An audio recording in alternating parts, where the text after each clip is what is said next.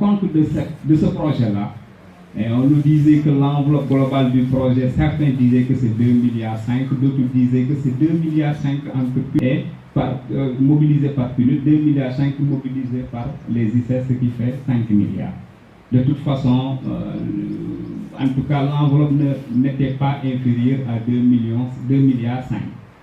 Mais après avoir fait le recensement de toutes ces infrastructures qui ont été construites dans le cadre de ce projet, pour ce qui est du BTP, on avait fait recours à un ingénieur en BTP et en lui donnant les dimensions du bâtiment, les photos et tout. Lorsqu'il a fait le calcul, en se basant sur un peu les critères maximaux, donc il se trouve que l'enveloppe globale qui a été mobilisée au profit des communautés ne faisait même pas 1 milliard. Donc ça, et on a jugé nécessaire d'avoir le rapport d'activité et financier. On a été à la direction, mais on nous dit que, mais écoutez, moi je ne fais pas partie de ce projet, donc je n'en sais absolument rien. Il faut aller au niveau du BIT ou je ne sais pas.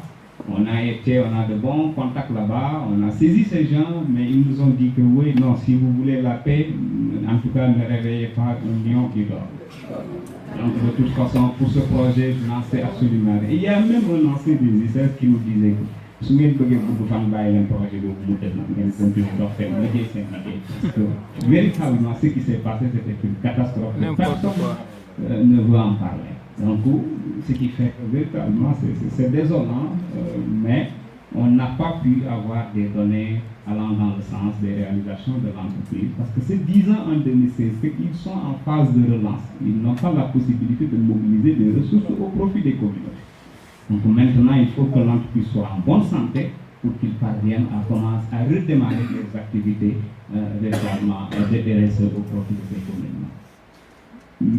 Par contre, pour ce qui est de la contribution de la GCO au niveau de la commune de Daropoulos, parce que le maire l'avait dit, SOS Mboro ne doit pas se limiter tout simplement au niveau de Mboro, bien vrai que les externalités négatives n'ont pas de frontières. Garde Ngomen qui vit de plein fouet les externalités négatives de l'activité des ICS, je pense que sont de la commune de Taïbandia, si ma mémoire est bonne. Donc, ce qui veut dire que, et même le maire, son hôtel de ville, fait partie de la concession des ICS. Donc, une bonne partie de Daropoulos fait partie de la concession des ICS. Mewan également vit ces mêmes réalités. Donc, ce qui veut dire que les ICS, avec leurs activités, les impacts, on peut les évaluer à l'échelle du département, voire même au minimum à l'échelle de l'arrondissement. Et ce qui fait que aussi, pour ce qui est de la